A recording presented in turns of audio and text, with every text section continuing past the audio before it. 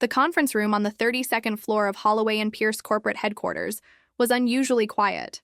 Not the silence of efficiency or focus, but the kind that precedes a storm. Tense, antiseptic, calculated. Sunlight poured through floor-to-ceiling windows, illuminating the long mahogany table at the center of the room, where 10 chairs stood occupied by familiar faces, executives, legal advisors, and board members I had worked alongside for over a decade. Their body language was stiff, eyes flitting away from mine the moment I entered. Noah was already seated, thumbing his phone, his brow furrowed in a performance of distraction. He didn't look up. My mother, Eleanor Holloway, sat at the head of the table, as always, impeccably dressed in her navy blue suit, pearls neatly arranged, and her lips painted in her trademark crimson. Her hands were folded, expression unreadable, posture perfectly composed. She looked like a painting, elegant, untouched by time, and utterly still. But there was something else in the air, a kind of cold orchestration, an absence of spontaneity, something rehearsed. As I approached my seat, my instincts were already engaged. I had grown used to corporate tactics, boardroom betrayals, whispered maneuvers behind closed doors. But this was something else. It felt personal. Eleanor waited until I was seated before speaking. She didn't clear her throat. She didn't ask if everyone was ready. She simply began, as if reading the final lines of a conclusion she had been rehearsing for weeks. "We've all agreed. You're no longer needed on the board." The sentence hovered in the room like a shard of ice, polished, deliberate, merciless. I felt nothing at first. No anger, no shock. Just a quiet click inside my chest, like the final turn of a lock. I looked at her. Not in protest, not in plea, but in deep study. My mother. The woman who taught me how to read a balance sheet before I could ride a bicycle. The matriarch who once said I was the future of the company. She would quote my reports at investor meetings and used to say with a hint of pride, "Mia can calculate risk in her sleep." But today, she would not meet my eyes. Instead, I offered a calm, precise reply. "Good to know." There was a pause, almost imperceptible, but I felt it ripple through the room. They expected resistance. A plea for understanding, perhaps even outrage. But I had none of it to give. I opened my laptop. From a folder labeled Contingency Phase 3, I accessed the expansion fund ledger. $500,000, capital I had raised independently through my own network of investors, sat in a sub-account tied to the international growth initiative I had spearheaded for over 2 years. I initiated the transfer. The funds, my funds, moved silently from the Holloway and Pierce financial umbrella back to my personal LLC. No alerts, no fanfare, just a quiet act of reclamation. I was, after all, the sole legal signatory. The legal team hadn't objected to that clause 2 years ago. They had trusted me. Mistake number 1. Then, I navigated to the project management dashboard. The partnership agreement with Ecliptics, a Dubai-based AI firm, had been months in negotiation, and I had personally brokered every clause. It was projected to triple the company's market value over the next fiscal year. I canceled it, formally, irrevocably. The reason submitted in the termination clause? Change in leadership integrity, withdrawal of originating executive. In less than 3 minutes, 2 years of visionary strategy disappeared from their future. None of them noticed. My hands left the keyboard, and I closed the lid of my laptop with a softness that almost felt cruel. Still, no one spoke. They were celebrating a coup, unaware that the crown they seized was plastic, and that I had already walked away from the throne they so desperately tried to steal. I stood. "I wish you all the very best with the future you've chosen." There was no sarcasm in my voice, just precision, like a surgeon cutting the final stitch. I adjusted the sleeve of my blazer, pushed in my chair, and walked out. Not a single soul followed. In the elevator, I watched my reflection, not for vanity, but for confirmation. Yes, I was still whole, still here. No makeup could hide that quiet gleam behind my eyes. The kind you earn after surviving polite betrayal. That night, I didn't cry.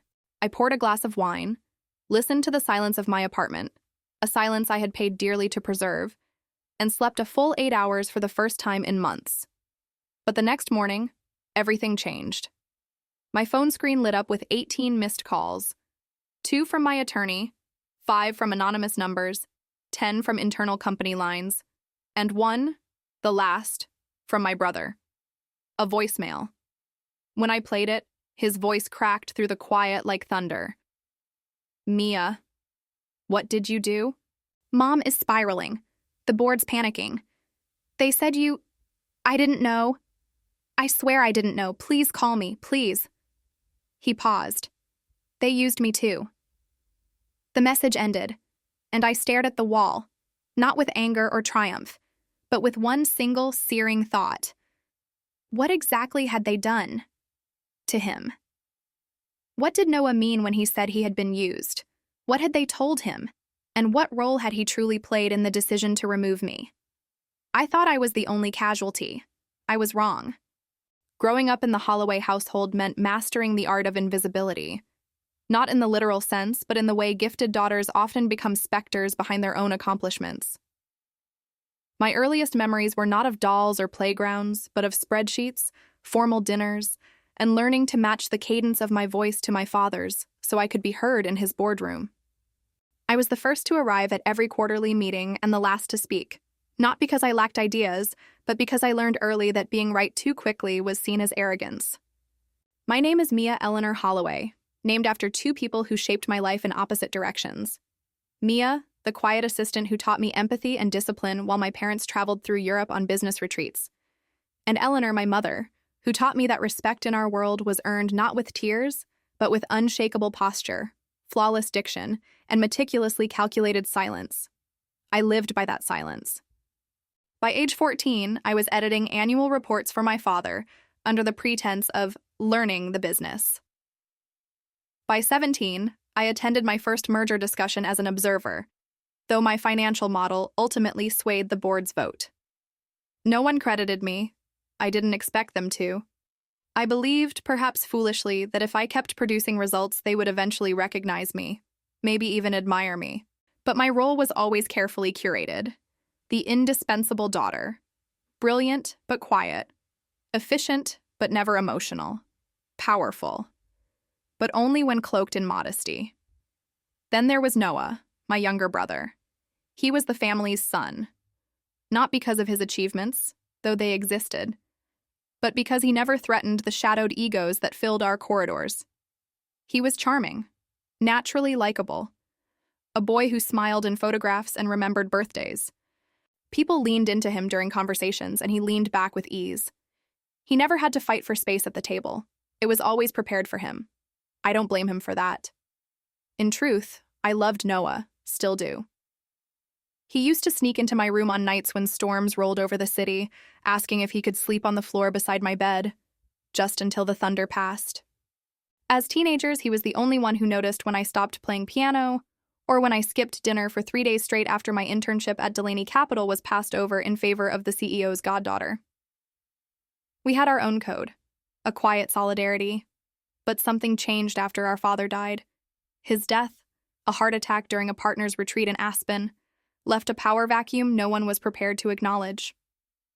My mother stepped into the role with grace and control, but the weight of legacy was too much to bear alone. The company was massive, the investors impatient, the climate unpredictable. I stepped in to help, initially without title or authority, simply because someone had to. I restructured the compliance department in 2 weeks, revamped our data acquisition strategy, negotiated licensing rights that increased our valuation by 14% in 1 quarter. I stayed late, worked weekends, postponed my engagement to a man who said he understood, but eventually left. Still, I was just Mia. Never introduced as an executive, never mentioned in press releases. Meanwhile, Noah was fast-tracked into a vice president title within 9 months of finishing his MBA. My mother described him at dinners as the company's future and the new face of Holloway and Pierce. I did not protest, but I began to notice subtle shifts. Meetings I used to lead were reassigned. Proposals I submitted came back unsigned. Noah started attending investor briefings I wasn't invited to, though the decks presented were the ones I had built. One evening, after a particularly long conference call, I walked into a private gathering at the house and heard my name mentioned just as I entered the hallway. "She's brilliant, of course," my mother was saying, "but Mia lacks the polish, the empathy that leaders need. She intimidates people. She doesn't inspire them." The words didn't sting, they shattered. That's when I began documenting everything. Every contract I had touched, every negotiation I had led, every deal that carried my fingerprints, but someone else's signature. It wasn't for revenge. At first, it was for clarity. Proof, at least to myself, that I wasn't delusional.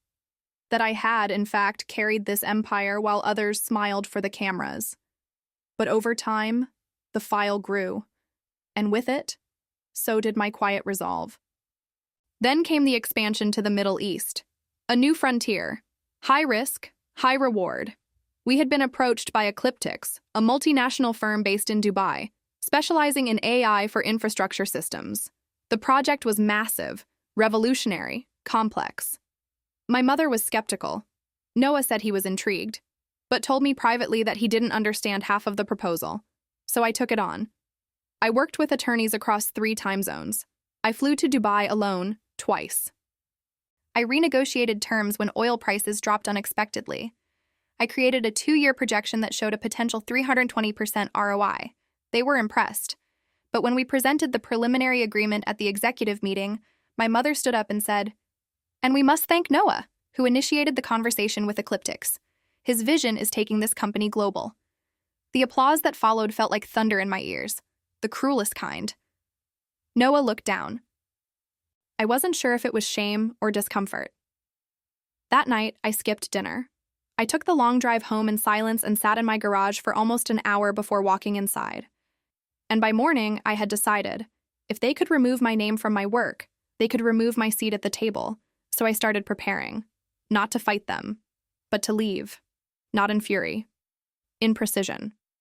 By the time they voted me out of the boardroom, I had already created contingency plans for every asset I had contributed. I had legal protection, financial documentation, and private copies of contracts. Every detail had been accounted for. What I hadn't accounted for, what I could never have imagined, was Noah's voicemail. "They used me too." The sentence kept echoing.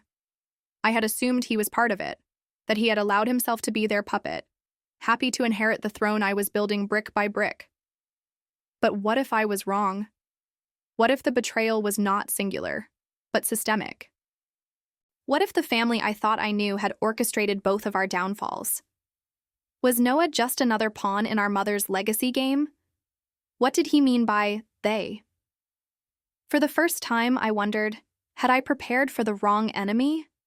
There are moments in life when your breath becomes still, not from fear, but from the unshakable awareness that you are about to become something else. Not broken, not transformed, but finished. That morning, the one that would end my life as I knew it, was quiet. I remember the sky was overcast, the air outside layered in a hesitant gray that blanketed the city like a prelude to confession. I left my apartment earlier than usual, avoiding the traffic and the receptionist's curious glance. I wanted no interruptions, no one saying good luck today or big meeting. I had no patience left for pleasantries. I parked 2 blocks from the building, walked the distance deliberately, and stopped in front of the revolving doors of Holloway and Pierce one final time, not as an executive or a daughter, but as a witness. A woman prepared to document her own burial with the poise of a historian. The board meeting was scheduled for 9 a.m. I arrived at 8:42. By the time I stepped into the conference room, the others were already seated. Every chair filled, coffee cups half drunk. Legal documents fanned across the center of the table like the ruins of a performance that no longer needed actors. My mother sat at the head, dignified, expressionless. Her pearl earrings glinted in the artificial light. Noah was seated 2 chairs down, his jaw tight, fingers pressed into his phone screen, scrolling. He didn't look up. There was no tension in the room, no urgency, just a muted expectancy, like a final page waiting to be read aloud. Eleanor Holloway, matriarch and chairwoman, began without preamble. "Before we begin our formal agenda," she said, "we would like to resolve one final matter." There was no vote announced. There was no motion made, just a verdict.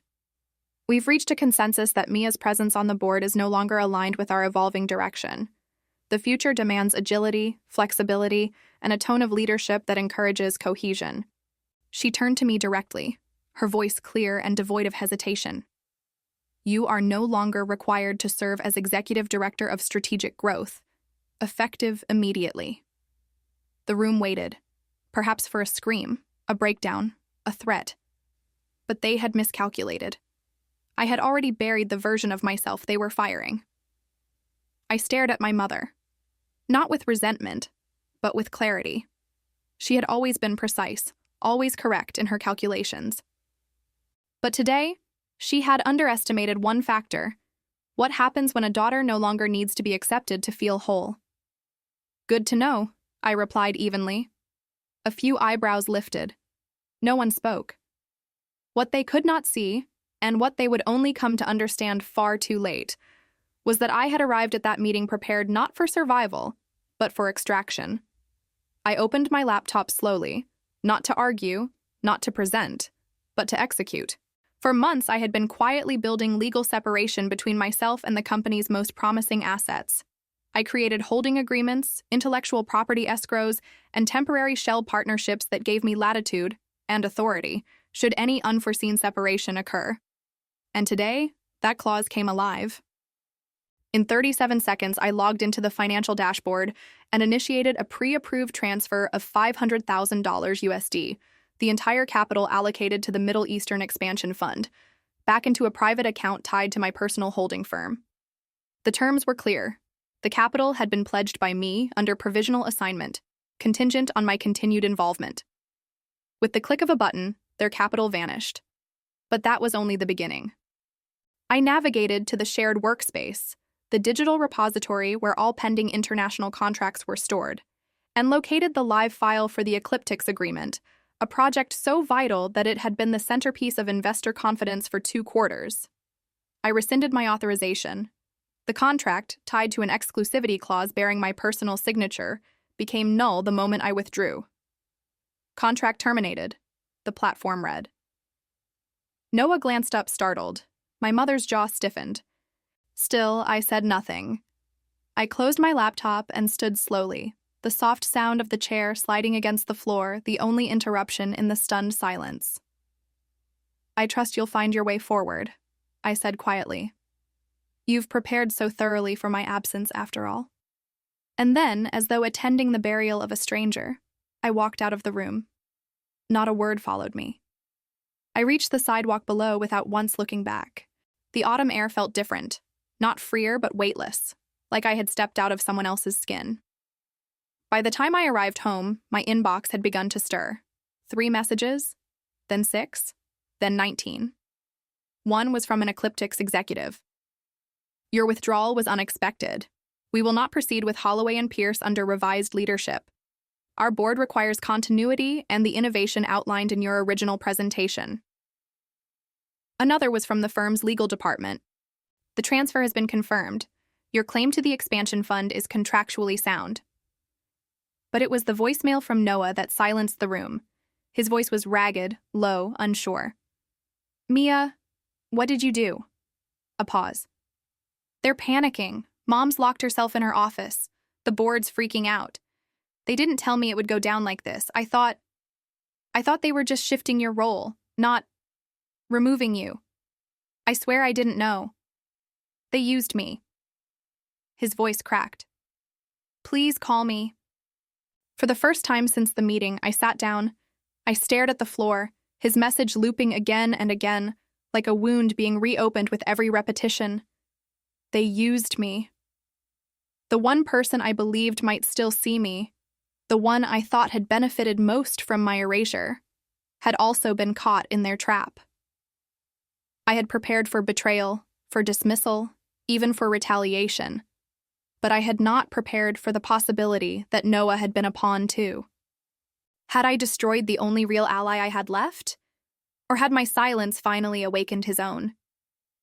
In war, the loudest sound is not always the gunfire. Sometimes, it is the silence that follows. 2 days after I walked out of Holloway and Pierce for the last time, that silence began to unravel.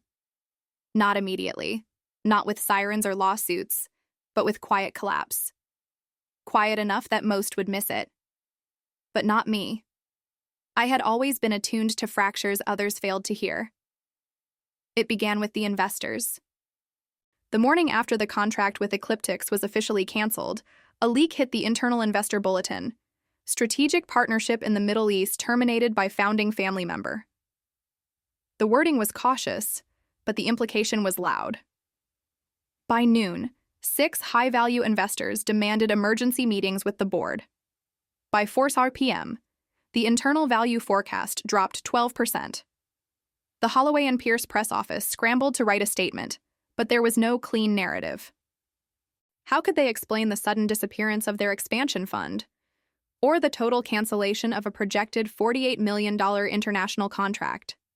The truth, of course, was documented in digital paper trails, legal records, access logs, screenshots.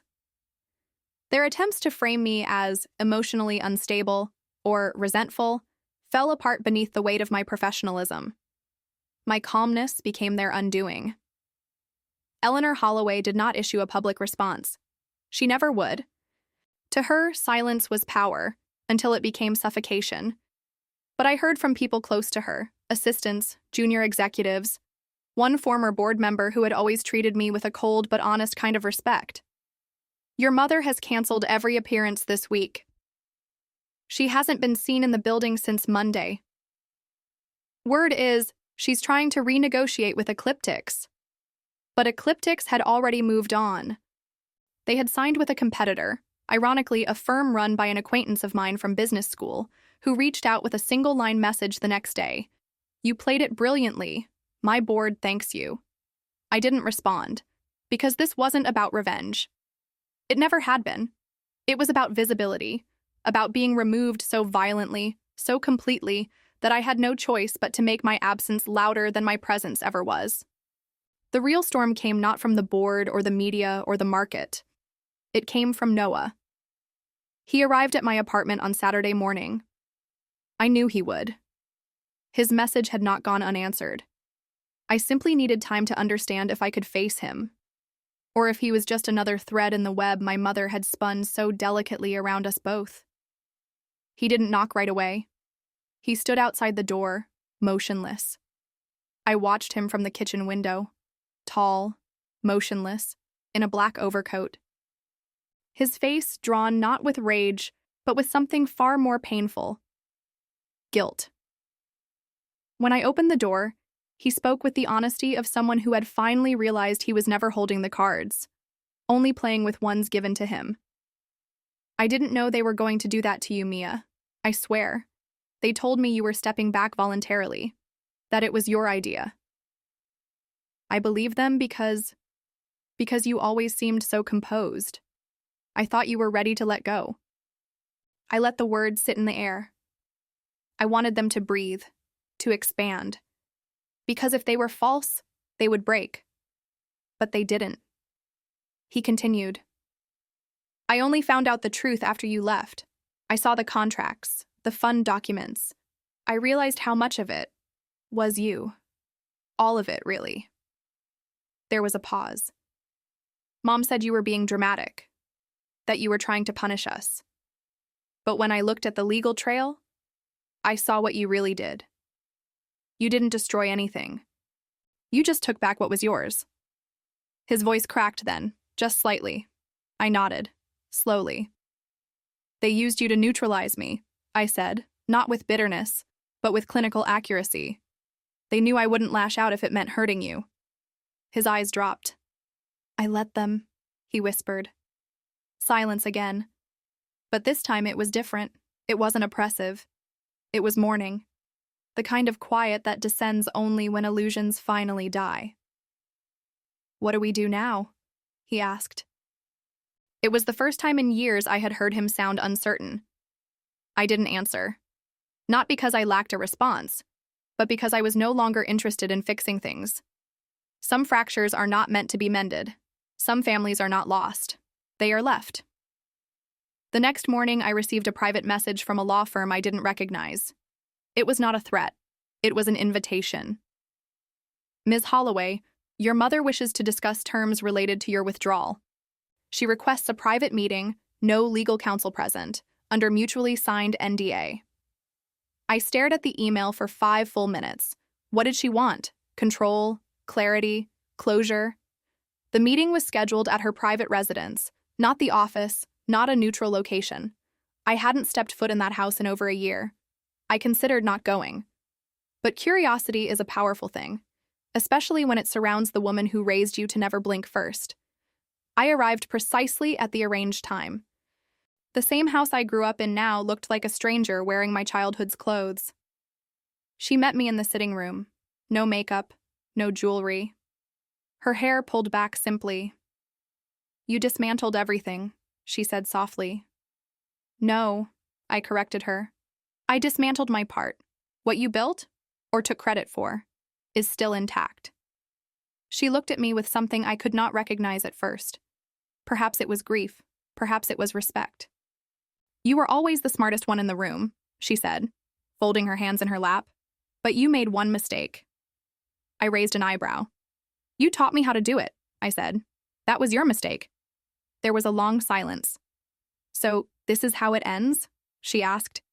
You take your war chest and leave us in the ruins? I stood. You didn't raise me to take ruins. You raised me to walk away before they bury me. And I left. I thought that would be the end. A closed door. A final breath. But 2 weeks later, I received a letter. Not from my mother, not from the board. From someone I never expected to hear from again.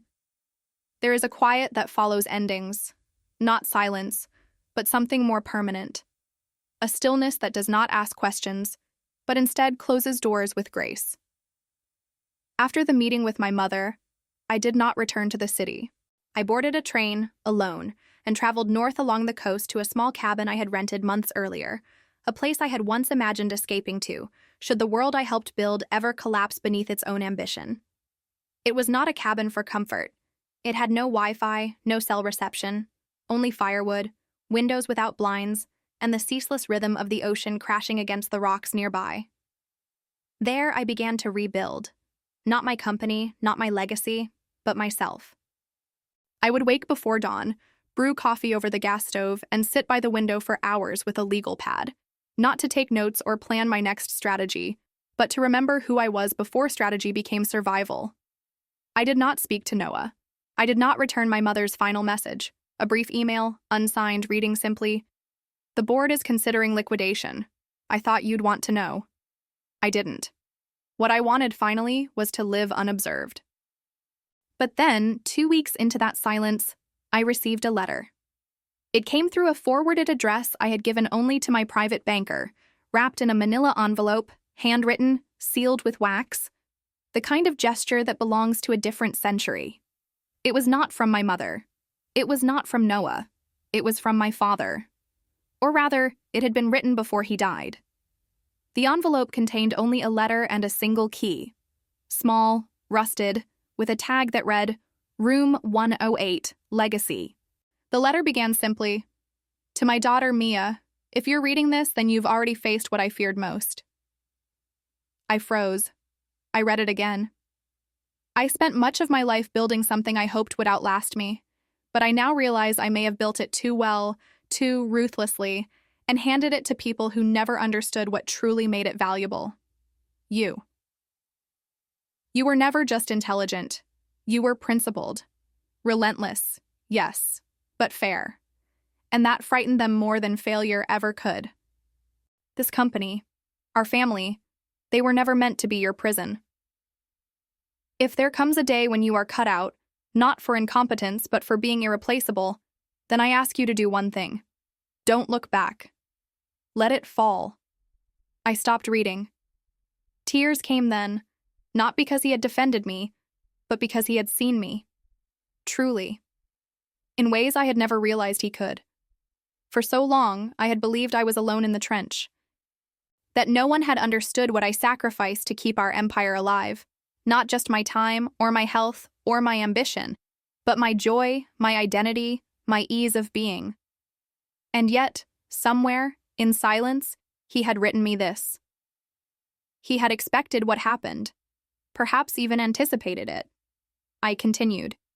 The key opens a safety deposit box in a small bank in Connecticut. Inside, you will find all the records I kept, documents that show how the company was taken from what we dreamed it could be to what it became. If you choose to open it, it is yours, but only if you're ready to let go of your past to protect your future. I do not ask you to rebuild the company. I only ask that you reclaim yourself. Love always, your father. P.S. I always knew they would underestimate you. I just didn't think they'd be foolish enough to act on it. I held the key in my palm for a long time. What lay behind that door? Financial records, letters, names, proof, power. It didn't matter, not then. What mattered was that my father had trusted me with something not for the sake of empire, but for the sake of healing. I did not rush to the bank. I placed the key inside a small wooden box in the cabin, beside my father's letter and the first business card I ever made. I returned to the window and sat in silence for another hour, watching the ocean pretend not to hear my thoughts.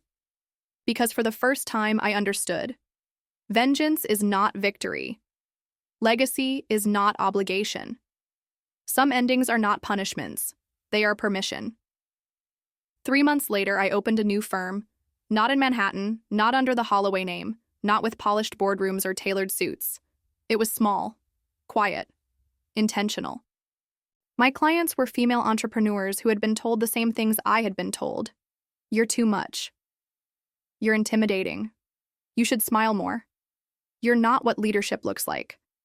I told them what I had learned, alone in the ashes of a legacy that had never really been mine. Let them underestimate you. That is your greatest power. Noah visits sometimes. He left the company quietly, citing personal clarity. He's happier now, less polished, more real. We speak less of what happened and more of who we're becoming. As for my mother, I never heard from her again. The company eventually downsized, split into 3 branches, and then quietly dissolved. It no longer appears on Forbes.